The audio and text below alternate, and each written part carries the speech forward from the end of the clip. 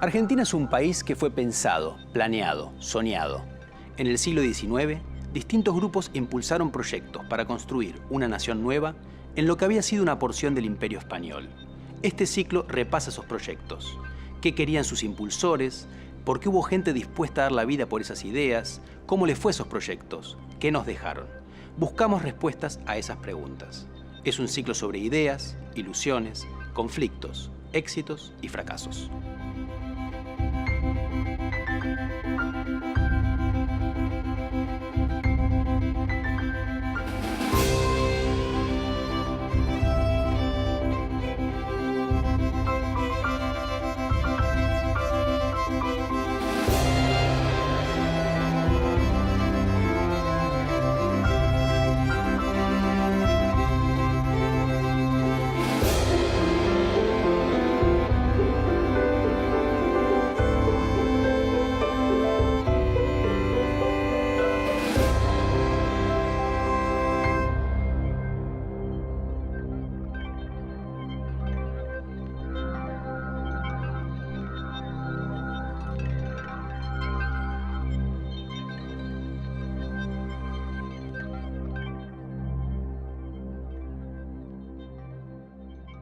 En 1910 se cumplieron los 100 años de la Revolución de Mayo, el mito de origen de la Argentina. El Estado y buena parte de la sociedad se dispusieron a celebrar ese acontecimiento. Los distintos sectores políticos, conservadores duros y reformistas, el Partido Radical, el Partido Socialista y los anarquistas, trazaron balances y planificaron el futuro. Este programa se ocupa de los proyectos que convivieron y chocaron en el centenario.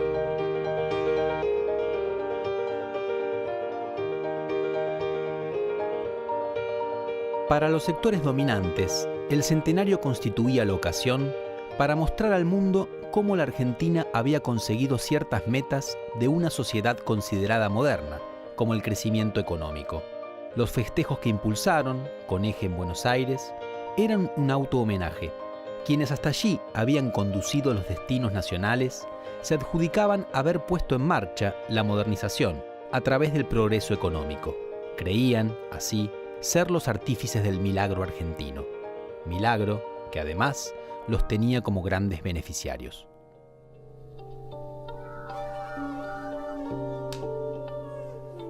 ...30 años de progreso continuado en la economía y en la sociedad de un país que legítimamente en ese momento aparecía entre la escena internacional como la contraparte en el sur de los Estados Unidos, ¿no? Hay muchas representaciones que se muestran en el momento, y esto va a durar durante toda la década del 20, de gran progreso material en nuestro país, de Buenos Aires como contraparte de Nueva York, en el sentido de ciudades de gran atracción de inmigración europea.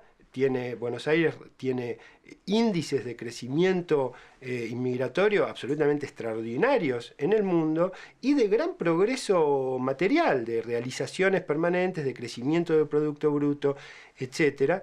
Y por lo tanto, lo que Buenos Aires quería mostrar en el centenario era justamente eso, mostrarle al mundo, como decían muchos protagonistas en la ciudad de Buenos Aires, cómo había cambiado esta ciudad en apenas 30 años.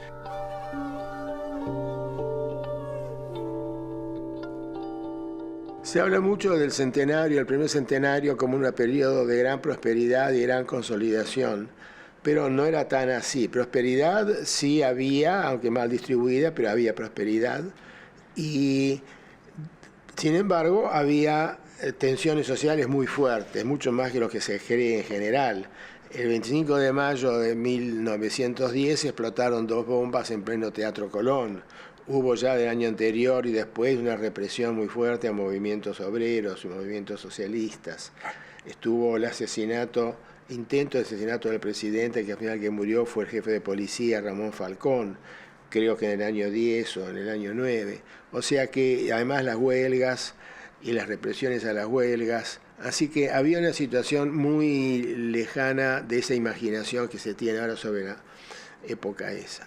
Ahora, hablar de generación de 1910, se puede, sí, hablar de la gente que empezó a hacer política o tener cierto peso en esa época. A mí el concepto de generación mucho no me gusta, pero bueno, está bien, es una continuación con más situación de, por un lado, actualización y por otro lado, crisis de lo que se había pensado en el 80.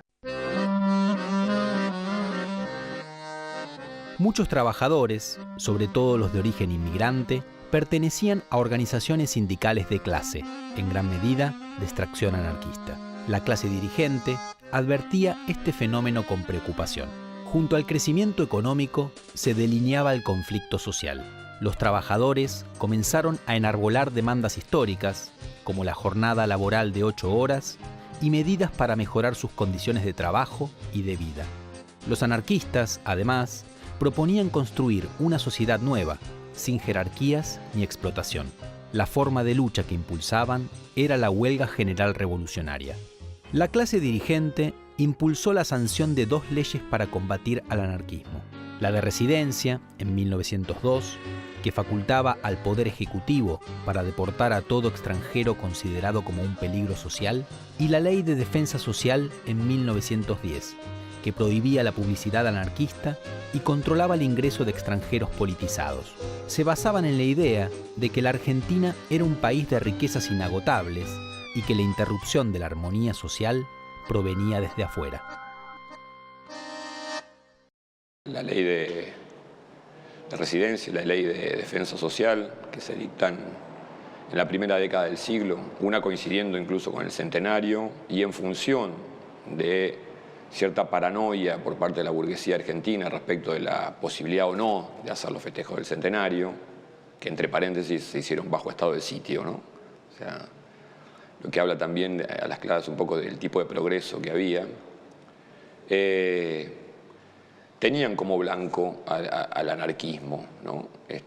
Por lo menos aparecía así en los discursos conservadores y en los discursos del establishment político, ¿no?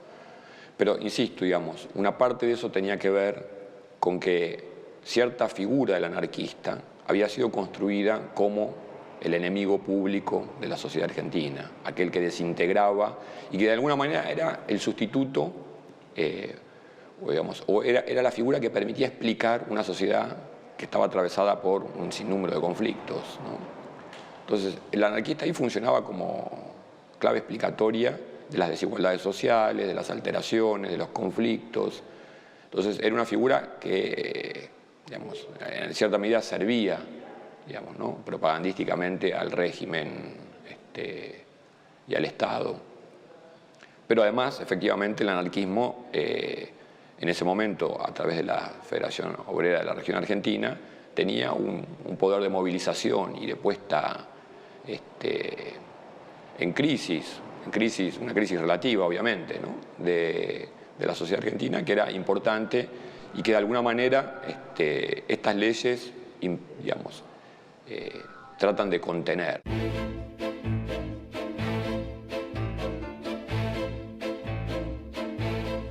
La otra organización que intentó capitalizar el poder de los trabajadores fue el Partido Socialista Argentino, liderado por Juan B. Justo.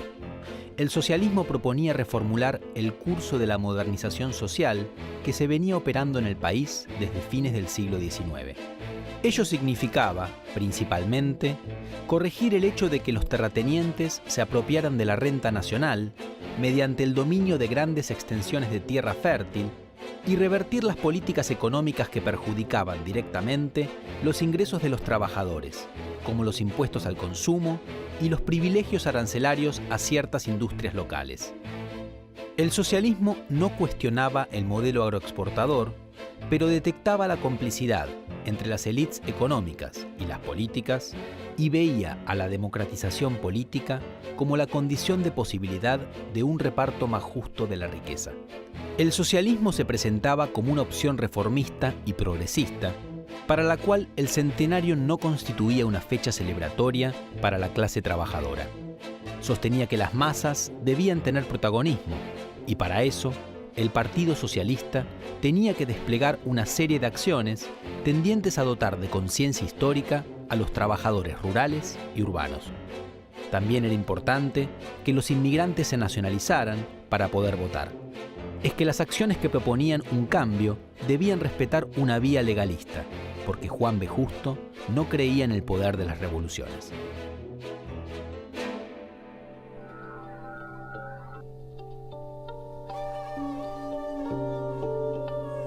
Una preocupación que la dirigencia del periodo tuvo fue al enfrentar los problemas de la cuestión social y en particular al componente que la cuestión obrera planteaba dentro de esa gran cuestión social, fue discriminar entre la dirigencia socialista. El Partido Socialista se había fundado en 1896 y, en cierto modo, las características de la dirigencia socialista permitieron cierto diálogo con la dirigencia liberal del período por las características mismas de su composición. Muchos profesionales, médicos, abogados, muchos profesores universitarios, con los cuales muchos de los dirigentes de la fracción liberal preocupada por enfrentar estos problemas sociales encontró interlocutores que consideraba legítimos.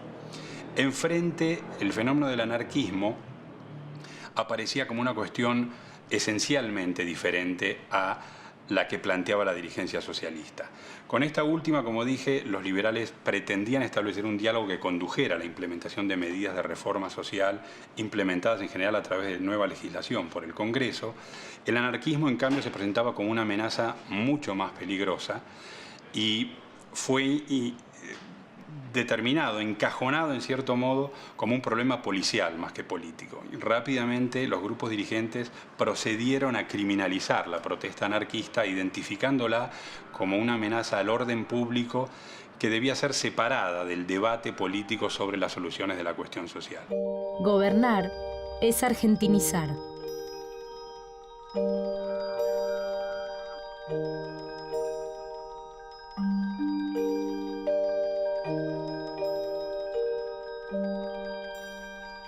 El nexo que ciertos sectores de la élite establecieron entre la inmigración y el conflicto social disparó una serie de debates en torno a la identidad nacional. El escritor Leopoldo Lugones fue una de las voces más destacadas en esta querella, argumentando que el Martín Fierro era el poema épico nacional y el gaucho el sujeto más representativo de la Argentina. La postura de Lugones pretendía consagrar al gaucho Martín Fierro como ícono nacional para contraponerlo con el trabajador inmigrante organizado en sindicatos obreros, quien era identificado como el causante de un conflicto social que, según este ideario, no tenía raíces en la sociedad.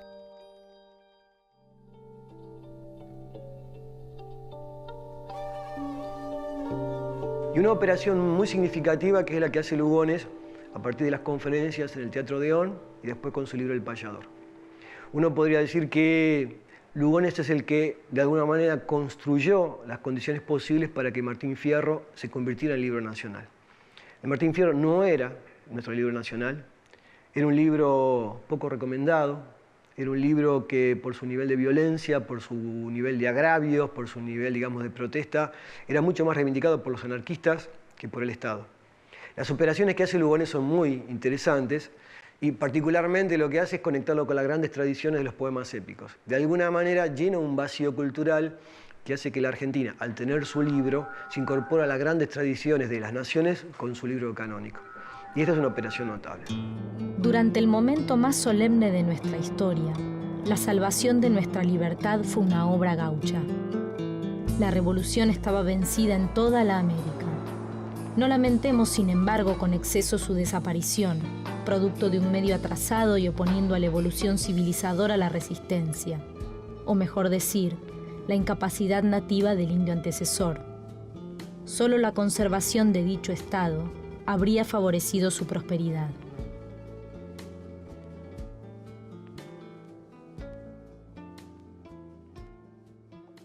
La Argentina había recibido una proporción de inmigrantes que no tiene comparación con ningún otro país del mundo.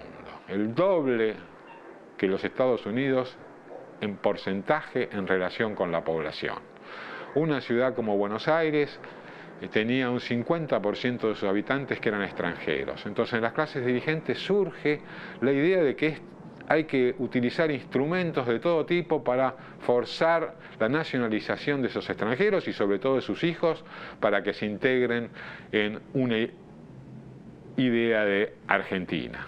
Esto lleva necesariamente a la utilización de distintos instrumentos. El servicio militar es uno de ellos.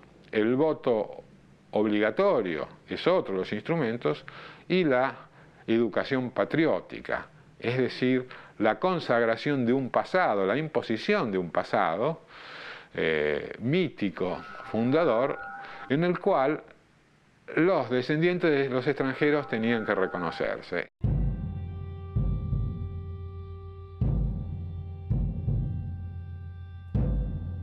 Hacia el centenario se abrió otro debate de suma importancia, el de la reforma de la ley electoral. Si bien el grupo dominante controlaba el poder político, lo hacía cada vez más mediante prácticas electorales fraudulentas y clientelares. La protesta social de los trabajadores y sobre todo la permanente presión del radicalismo, que se abstenía de votar, fueron creando las condiciones propias de una crisis de legitimidad política. En este caso, la línea reformista de la clase dirigente triunfó sobre la conservadora.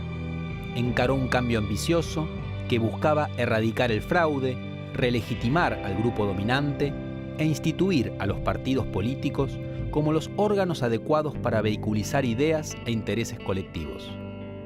Esta postura se coronaría con la sanción de la ley impulsada por el presidente Roque Sáenz Peña en 1912, que establecía el voto masculino universal, secreto y obligatorio. Gracias a ello, el radicalismo ganaría las elecciones presidenciales en 1916, victoria que pondría fin al régimen conservador.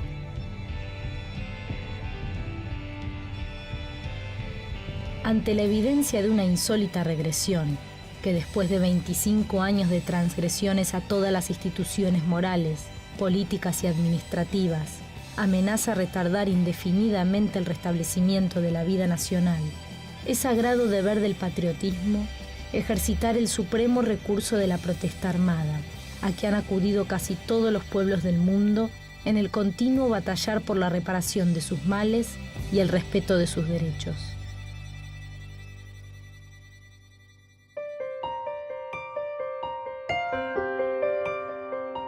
El Partido Radical, liderado por Hipólito Yrigoyen, se caracterizaba por destacar los valores del civismo.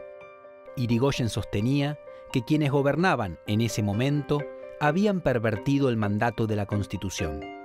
El sistema político debía regenerarse, con nuevos actores y con una democratización. En cambio, el modelo económico y sus consecuencias sociales no eran discutidos. Ya para el centenario, el radicalismo se presentaba de un modo que dejaría una importante marca en la cultura política argentina.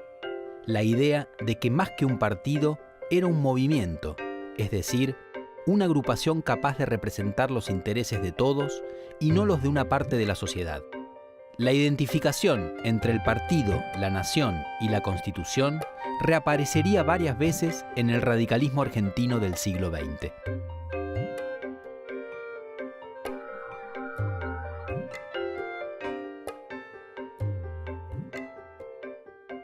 El radicalismo,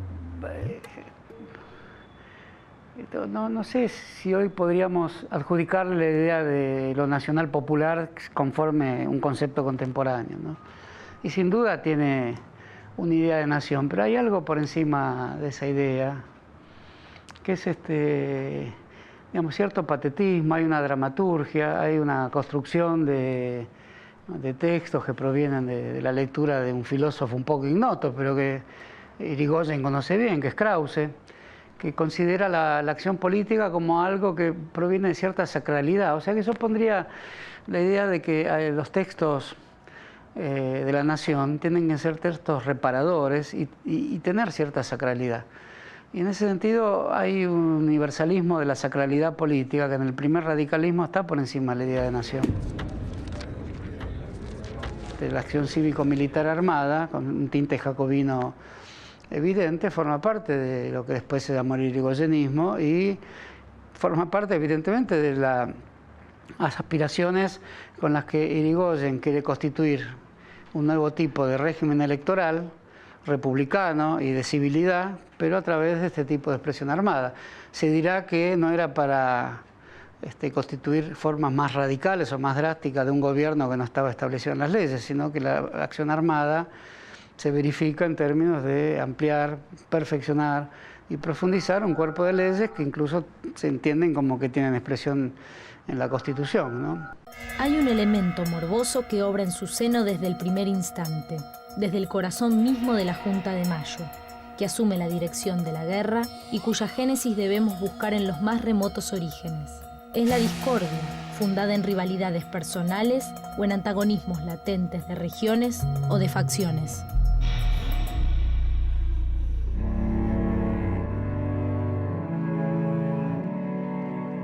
Algo compartían casi todos los actores políticos, conservadores, reformistas, radicales, socialistas e incluso anarquistas, en el momento del centenario. La creencia de que el siglo XX debía coronar una historia motorizada por el progreso. Pero no todos decían lo mismo cuando hablaban de progreso. Los sectores conservadores lo identificaban con el crecimiento económico, los reformistas con la modernización política, los radicales con la regeneración cívica y los socialistas y anarquistas con la justicia social. El centenario anunció el final del ciclo político del siglo XIX argentino, cerrado con el triunfo radical en las elecciones presidenciales de 1916. Además, ese momento de balance y de proyección abrió una serie de discusiones y problemas que se iban a desenvolver a lo largo del siglo XX.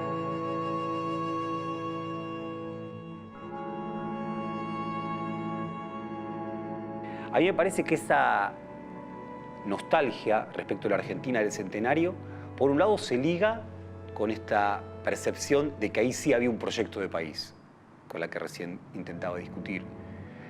Y por otro lado me parece que como operación solo puede sostenerse tapando, solo puede sostenerse desviando los ojos de lo que efectivamente sucedía en esos años y en particular en 1910. Digo, la celebración del centenario en la Argentina se produjo con estado de sitio. La celebración del centenario en la Argentina estuvo rodeada de incendios de los locales, del local anarquista donde se producía el diario La Protesta, incendio de locales socialistas, en donde también se editaba el diario La Vanguardia, incendio de un circo en el que pensaban reunirse los sectores populares para celebrar esa jornada, incendios que no hacían más que mostrar diría así, la inquina de esta élite, de sus jóvenes, de sus llamados indios bien, contra todo aquello que afeara lo que imaginaban era la Argentina, que en particular era Buenos Aires, la París de Sudamérica.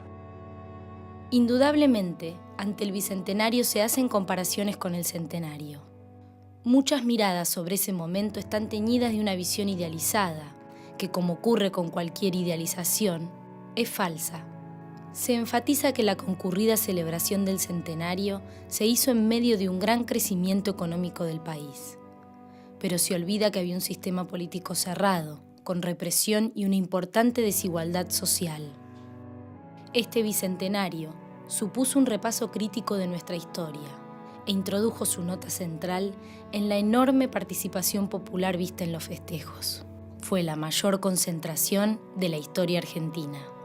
La multitudinaria celebración de nuestro origen revolucionario tal vez sirva para mostrar que es posible transformar la realidad, siempre que haya muchos, gente, pueblos, dispuestos a no aceptar las injusticias. En 2010, la nación celebró junto al pueblo.